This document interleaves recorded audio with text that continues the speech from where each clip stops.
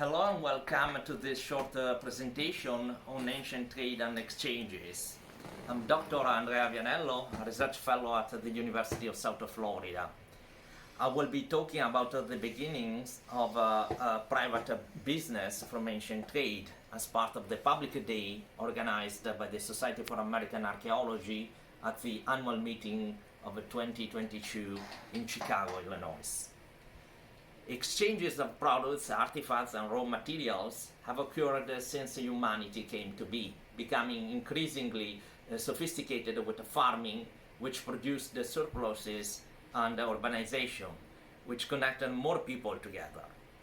Long-distance exchanges have also been present since early antiquity, but they have been particularly important in later periods, the Bronze Age in Europe, and periods where metals and farming became affirmed elsewhere. Trade in particular emerges within these periods when products are exchanged for gain, they are traded, and therefore the action of exchange itself produces a surplus. Exchanges instead redistribute products and materials to ensure broad access to key materials, but didn't necessarily aim for a profit. With proper trade, private businesses appear for the first time in history. Using some extraordinary artifacts currently stored at the Art Institute in Chicago, I will present some interesting facts about trade. Many of these artifacts are accessible in the public collections, and I invite viewers to visit the museum or any other museum of archaeology or ancient art that they might have access to if you are not in Chicago. The first artifact is an exquisite fibula or garment pin from southern Italy, which was produced nearly 3,000 years ago during the Iron Age, just after the Bronze Age. In this artifact we can see the artistic manufacture of bronze available at the time, which produces two spirals.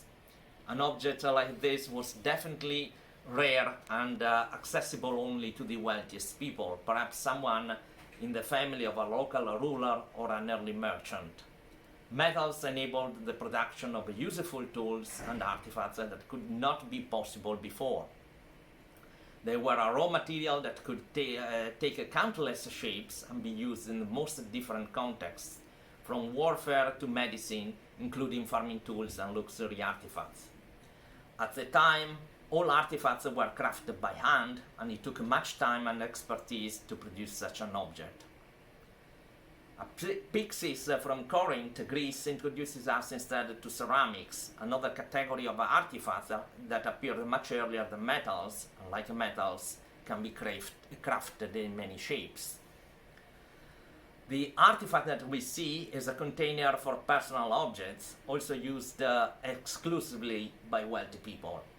A belly amphora decorated by the painter of Tarquinia instead introduces us to an artifact that was born for a very utilitarian purpose, here in a beautiful rendition not intended for everyday use. Both ceramics date to the early period of the classical world. An Etruscan mirror from Italy with a gorgeous handle dating to about 2,300 years ago brings us back to metals and new luxury items that could not exist before. Of about the same period is an example of a jewelry from Greece. Gold has been used much earlier to accumulate wealth by kings and queens, but only in these classical examples the technique acquired sophistication by using multiple materials for one object. Just a century more recent is a marvelous glass dish which uses a technique invented in Egypt. The colors use raw materials from across Asia and Europe. This particular artifact might have been Hellenistic or late Greek, but also early Roman. The particular decoration recalls the modern murrine from Murano, Venice, which are considered to this day valuable objects of art and traded all over the world. A Roman cosmetic container, an applicator of about 1,600 years ago, proves that objects made of multiple materials had become normal, in this case glass and bronze. It also reminds us that intangible products, such as cosmetics, were also traded in the exchange networks of the time. A Byzantine amulet portraying a rooster brings us instead to magic and religion, which inspired countless of artistic objects. In this case, it is an object for personal use. Finally, I present an artifact from America, specifically the Archaite period, the oldest of all, dating over 3,000 years ago.